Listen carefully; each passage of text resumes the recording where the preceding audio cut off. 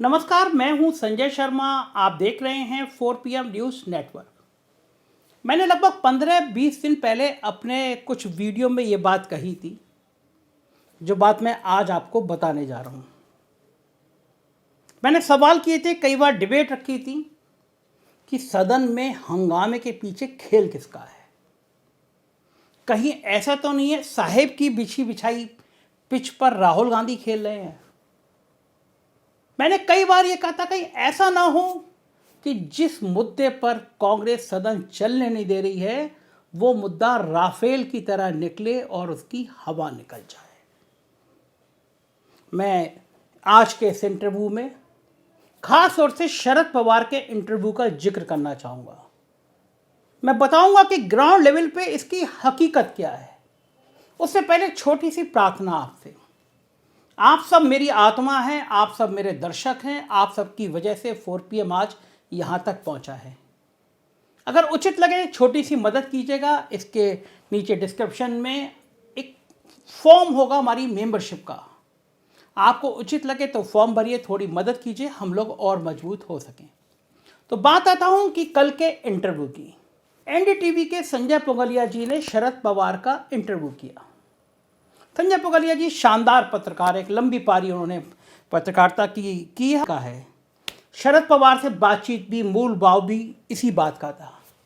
लेकिन जो सवाल हुए और जो जवाब आए वो निश्चित रूप से गौर करने योग्य हैं। पहली बात तो ये मैं बिल्कुल क्लियर कर दूं कि अगर NDTV और संजय पुगलिया जी लाख कोशिश कर लेते तब भी शरद पवार से कोई प्रायोजित सवाल नहीं पूछ सकते थे, और पूछते भी तो शरद पवार जैसा नेता प्रायोजित जवाब दे नहीं सकता। 56 साल से वो किसी न किसी सदन के नेता हैं शरद पवार।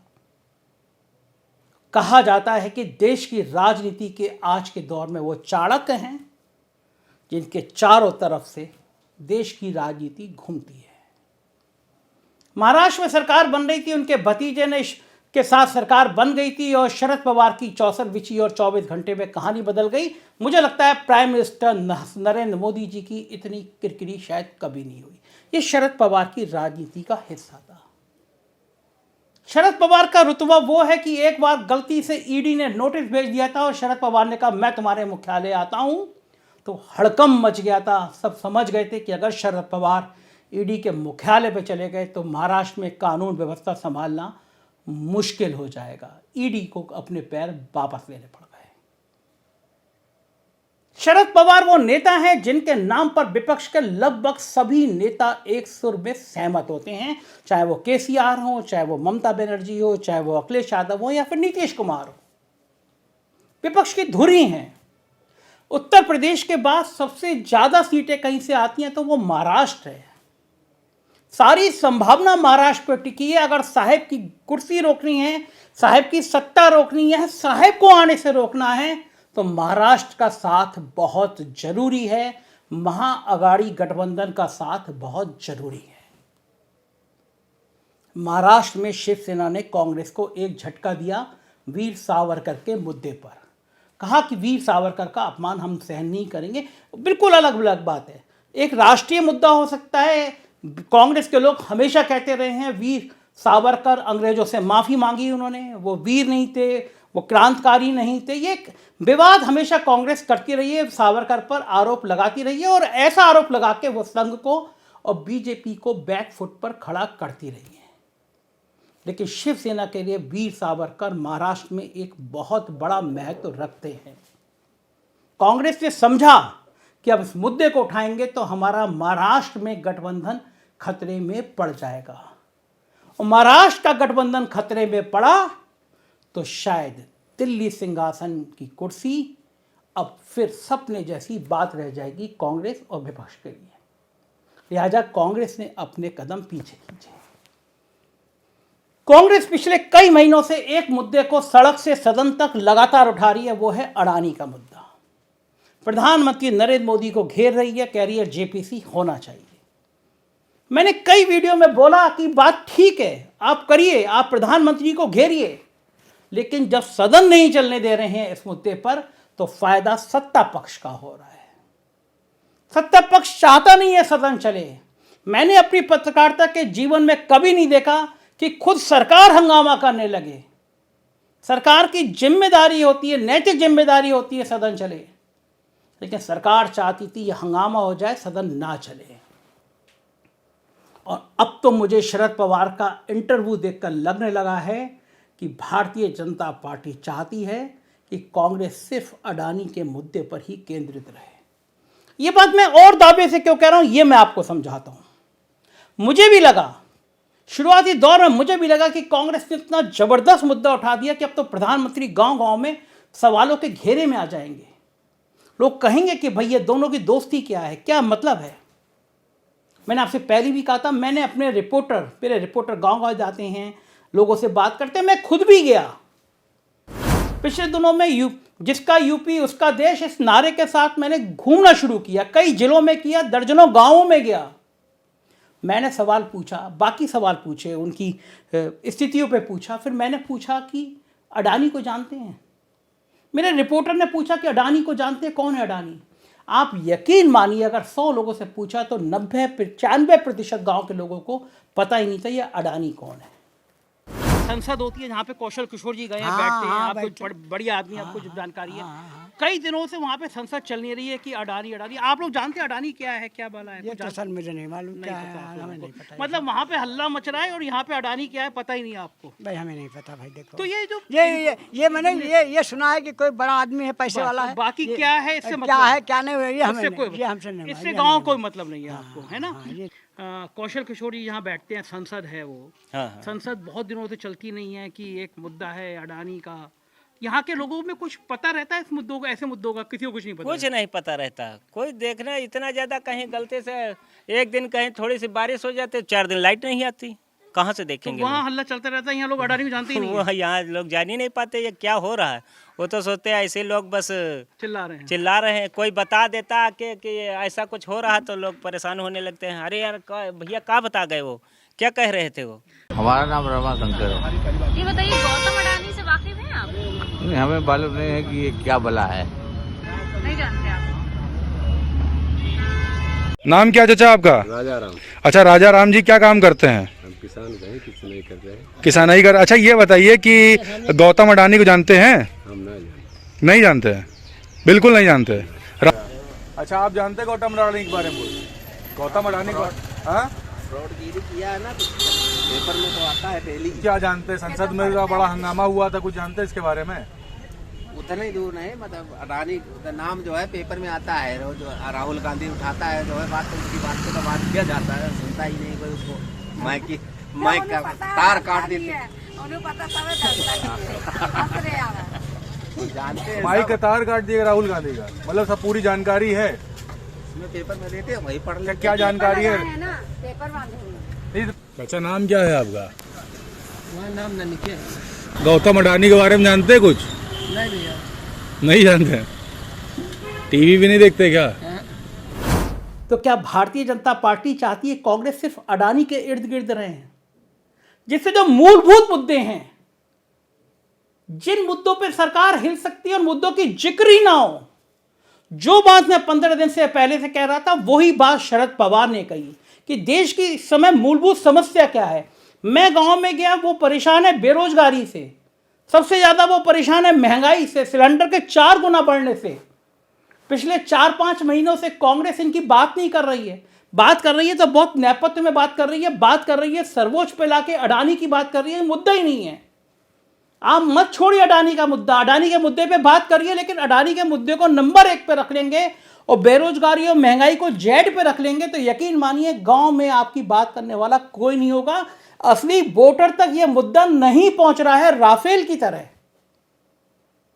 मैं यही बात कहना चाह रहा था कि जब तक गांव के लोगों को पता ही नहीं होगा कि अडानी कौन है, जेपीसी क्या है, कहां शेयर, किस गांव के आदमी ने शेयर खरीदे, वो जानती नहीं है शेयर होता क्या है। मैं हैरान हूं कि क्या ये कांग्रेस की जो टीम है, कांग्रेस के जो ग्राउंड लेवल के लोग हैं, वो नहीं बता रहे हैं राहुल गांधी को कि पहले बेरोजगारी पे बात करिए, महंगाई पे बात करिए, दिल्ली में प्रदर्शन करते रहिए। अगर पार्लियामेंट चलती, कांग्रेस बेरोजगारी पे बात कर रही होती, कांग्रेस महंगाई पे बात कर रही होती, कांग्रेस किसानों की आत्महत्या पे बात कर रही होती, कांग्रेस गिरती हुई जीडीपी पे बात कर रही होती, तो कांग्रेस को ज़्यादा फायदा होता। इस इंटरव्यू में शरद पवार ने कुछ बहुत महत्वपूर्ण बातें की हैं, मैं उसका जिक्र करना चाहता हूँ। संजय पुगलिया जी ने सवाल किया शरद पवार से कि जेपीसी को लेकर जो मूवमेंट हो रहा है उस पर आपका क्या मानना है। बहुत सार्थक बात की है शरद पवार ने, और मैं कह रहा हूँ कि वो बहुत बड़ा नेता है। 56 साल से किसी न किसी सदन का सदस्य, बहुत बड़ा नेता है। उन्होंने कहा कि ये संसद के गतिरोध को देखकर मुझे लगता है कि जो कुछ हो रहा है वो ठीक नहीं है।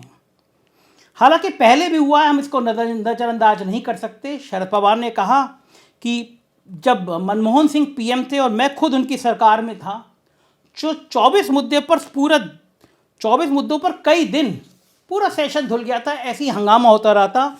बड़े जिम्मेदार लोग थे, मगर ये होने के बाद हम लोग बैठे और हमने बात की कि बाकी जो भी मतभिन्नता हो सकती है, आरोप हो सकते हैं, मगर ये जो फोरम है, ये जो संसद है, वो लोगों की समस्याओं को रखने के लिए है।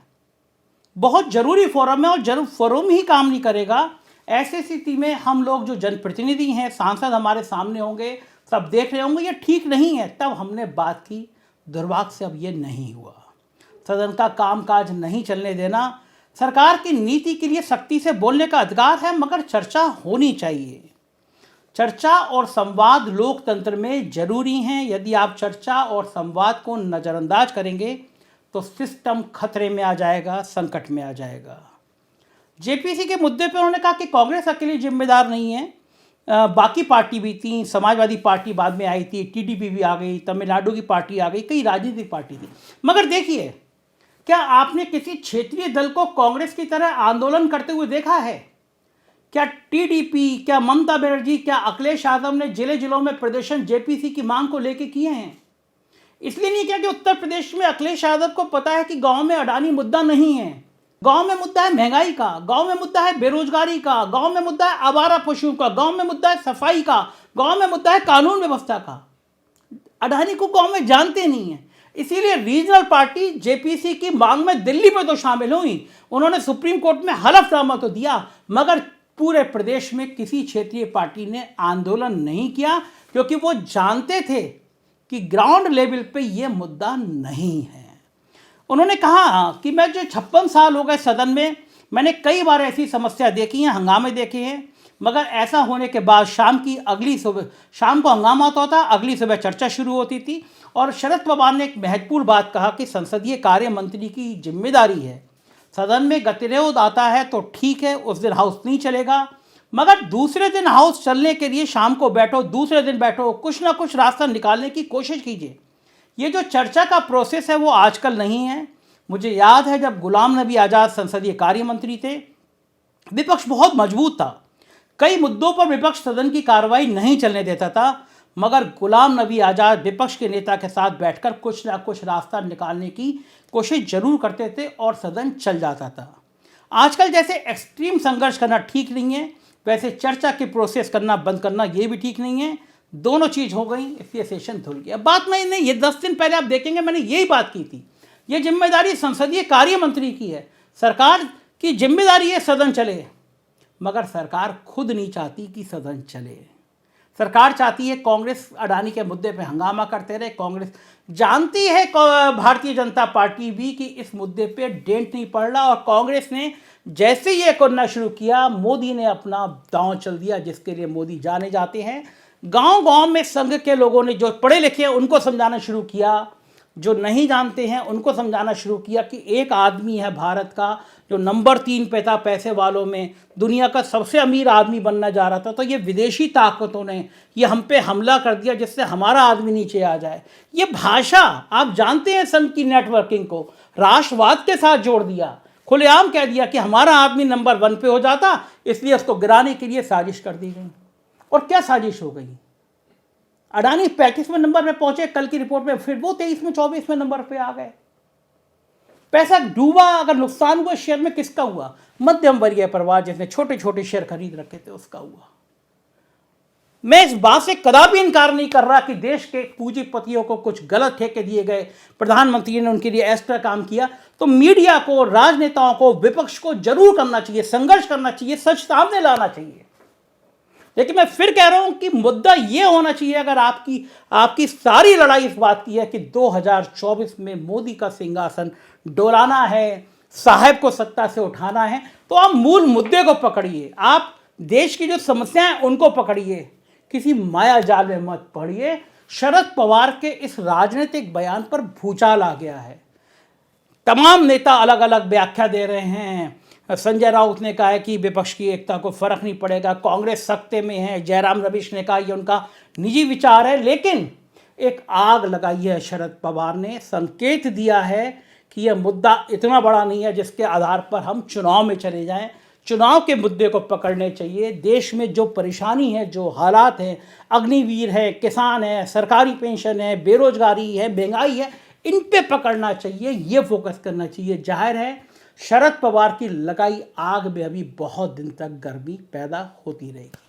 क्या क्या होता रहेगा बताता रहूँगा मैं आपको। आप देखते रहिए 4 PM। कुछ और राज्य में चैनल है, 4 PM UP, 4 PM Bihar, 4 PM Gujarat, 4 PM Karnataka, उन्हें भी सब्सक्राइब करिएगा, अपना साथ दीजिएगा। शुक्रिया, थैंक यू।